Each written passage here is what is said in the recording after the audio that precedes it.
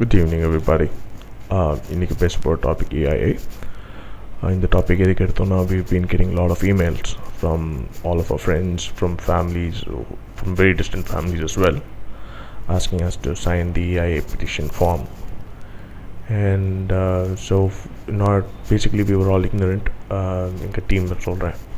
So எங்கள் team சேனலுக்கு இதை பற்றி ஒரு ஐடியாவும் இல்லாமல் தான் இருந்தோம் இவ்வளோ நாளாக. So we want to do our own research before we talk about it. So அந்த தேடலில் சில யூடியூப் சேனல்ஸ் போய் தேடி பார்த்தோம் ஏதாவது இன்ஃபர்மேஷன் கிடைக்குதான்னு. ஸோ ஃபார் வந்து பார்த்த சேனல்ஸில் முக்கால்வாசி சேனல்ஸ் வந்து it's just being use as a propaganda tool. They just basically citing us to sign the EIA petition form because trying to scare us. சொல்கிறாங்க இந்த மாதிரி உலகமே அழிய போகுது, இது நம்ம பண்ணாட்டி இது is basically like an inflection point and something like a no point of no return மாதிரி. So அதனால் we want to do our own research to find out what this is all about and what is the problem that is actually happening and why the people are all against the draft policy. இப்போ எடுத்துருந்தீங்கன்னா உங்களுக்கே தெரியும் வந்து இது வந்து it was basically got into the Indian system by the Act of 1984 Environment Act la. And it was made effective in the year of 1994. That was the first inception of it. Ever since that, any planning that has to be done, it had to go through this system, and it was basically a part of the system. But the problem with the EIA is that it is not a decision. It's not a decision making tool. It is a decision aiding tool. As in, the people who are sitting on the committee can only give approval or non-approval. They cannot take any action. So that itself is you are taking the power from the EIA as such. So இப்போதைக்கு situation வந்து இப்போ இருக்க பாலிசிலேயே இப்போ இருக்க what ever என்ன ரெகுலேஷனில் நம்ம இருக்கோமோ that seems to be working fine until now. But in the new policy, what they're doing is they're basically asking us to a lot of changes have happened. Like ஒரு plan போடுறாங்கன்னா ஒரு 30 உங்களுக்கே தெரியும், நீங்கள் பாதி எல்லா சேனலும் பார்த்துட்டு தான் இங்கே வந்திருப்பீங்க. This is probably would have been your last video that you're watching with respect to EIA. So now I'm not going to touch about the topics that have already been touched. But the thing what they're missing is it's not the rules and regulations that is causing whatever catastrophe that has happened so far in India or elsewhere in the world. It has got nothing to do with the regulations. It has got everything to do with the people who are concerned in it. Like how many people inside who operate any industry, how many of us can actually say that we've been truthful and honest with our practices?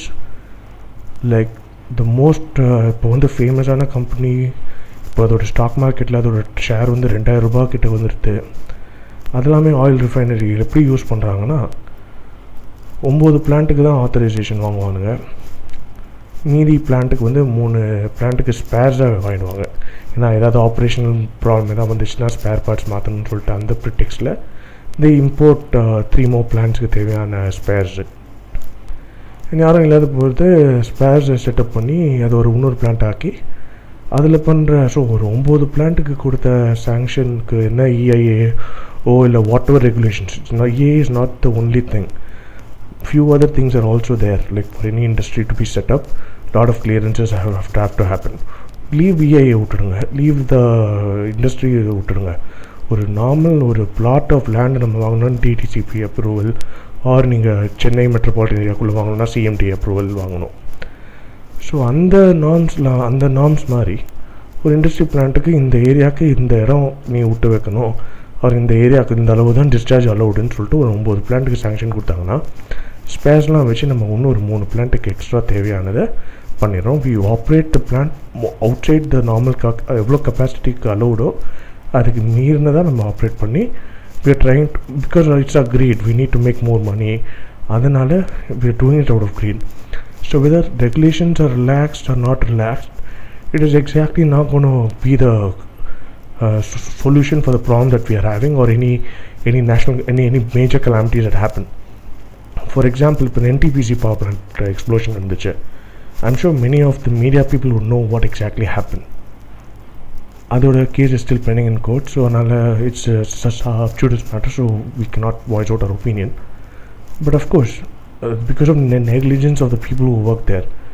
எவ்வளோ பேர் இங்கே வந்து வேலைக்காரன்னு ஒரு படத்தை பார்த்துருக்கீங்க, எல்லோரும் பார்த்துருப்பீங்க. அதில் வந்து என்னென்னா சினிமா பற்றியும் வச்சுக்காதீங்க. வேலைக்காரன் படத்தில் என்ன சொல்கிறான், உன் கம்பெனியில் ஏதாவது தப்பு நடந்துச்சுன்னா ப்ளோ த விசில்ன்றான். ஹவு மெனி விசில் ப்ளோவர்ஸ்க்கு வந்து நம்ம என்கரேஜ் பண்ணுறோம்?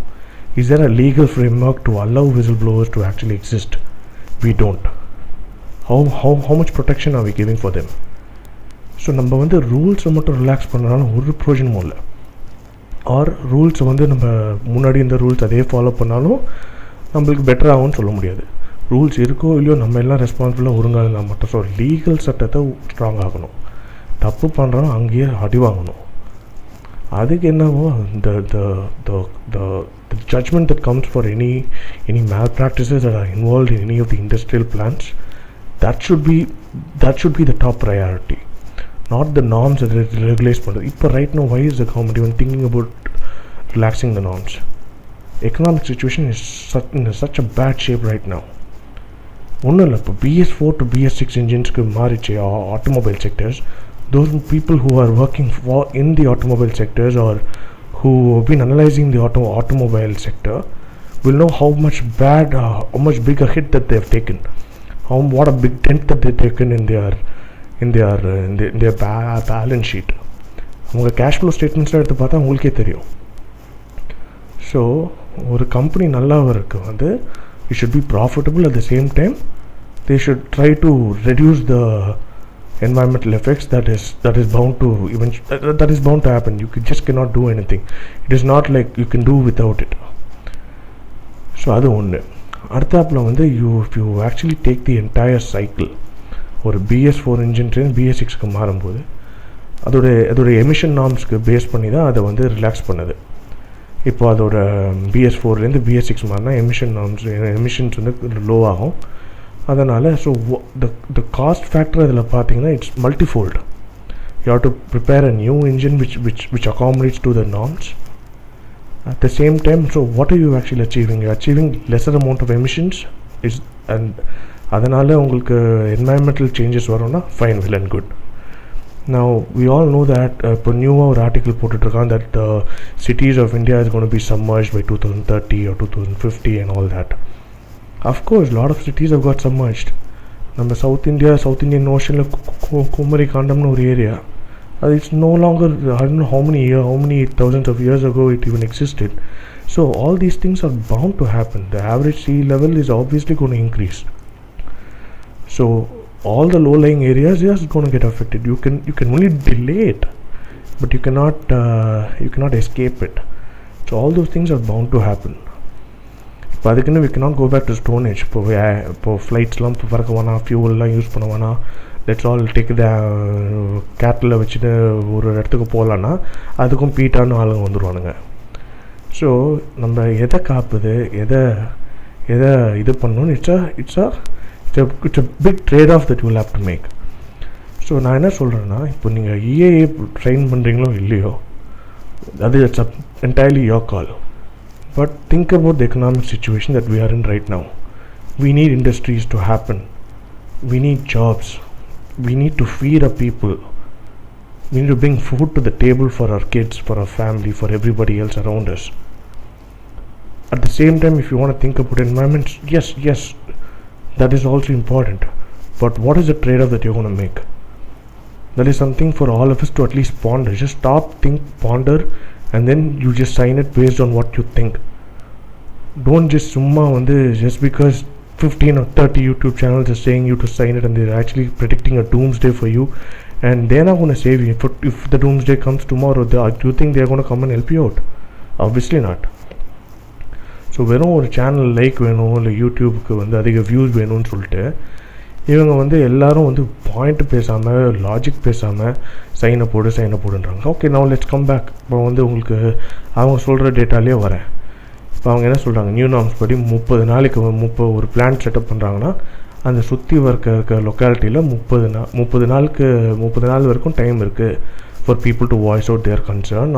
ஒரு கவுன்சில் அவங்களோட ஒப்பீனியன் எடுத்துகிட்டு தான் பண்ணணுன்னு. Now it has become 20 days.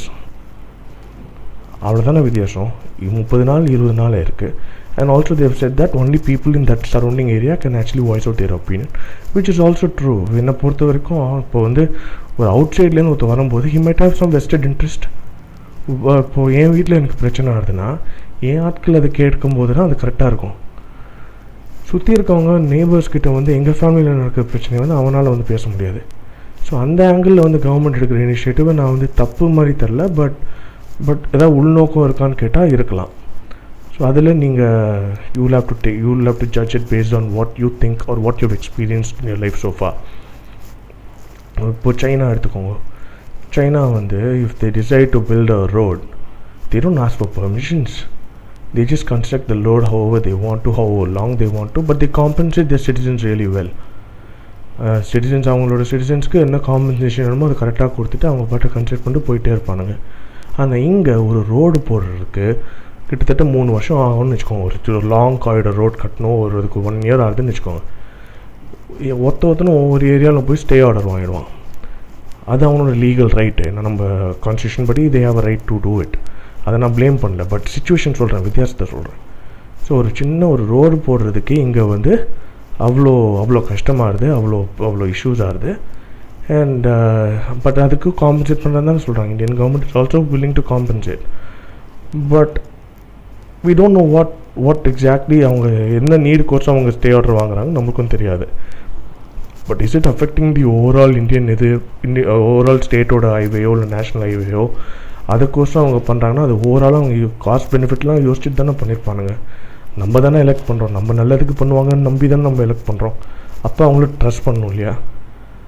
இப்போ வந்து எதுவுமே வளர விடாமல், எதுவுமே பண்ண விடாமல், ஏதாவது நோட்டீஸாக்க சொல்லி எல்லாத்துக்கும் ஸ்டே ஆர்டர் வாங்கிட்டு இருந்தால் நம்ம எங்கே போவோம்? நம்ம பின்னாடி நோக்கி தான் போயிட்டுருப்போம். சைனா கிட்ட அந்த பிரச்சனை கிடையாது. அவங்க இஷ்டப்பட்டாங்கன்னா போடுவாங்க, நாட்டுக்கு நல்லது நடக்கும், போயிட்டே இருப்பாங்க, எல்லோரும் ஒர்க் பண்ணுவாங்க, அதுக்கு ஏற்ற மாதிரி காசு ஒன்று இருக்கும். They do really well in that aspect. I'm not a supporter of China, by the way. I'm saying there are certain things in which we can take a cue from them. And a country as big as India, if you're going to democratic rights, it's there. But how efficient is democratic rights going to work in a country which has such a lot of population? Population is so huge. So ஒருத்தவங்கிட்டே opinion கேட்டேன், எல்லாத்தையும் பண்ணிகிட்ருக்குது. Democracy will work excellent in a country where population density குறைச்சலாக இருக்கிற கண்ட்ரிக்கு democracy works like a charm. But in a country as big as India, you cannot make progress. The second you think about something, you'll have to take into account of various other people's opinion. So that's a different story. That is not about EIA, by the way. So EIA பற்றி என்ன சொல்கிறேன்னா, EIA பண்ணுறோமோ the draft policy praharam, and also two drawbacks I found. The first one was the 30-day 20-day thing that I spoke about. The other main one is what I feel is kind of the touching point, or the point where people turn against the EIA draft policy, is this point that ஒரு committee form பண்ணுறது வந்து they give the authority for the state, they give them some amount of time for them to appoint their nominees on the board. But if they don't give அந்த டயத்துக்குள்ளே பண்ணலன்னா, then they can appoint their own, the central people can appoint their own people வரும்போது then எப்படி அது, that's not fair.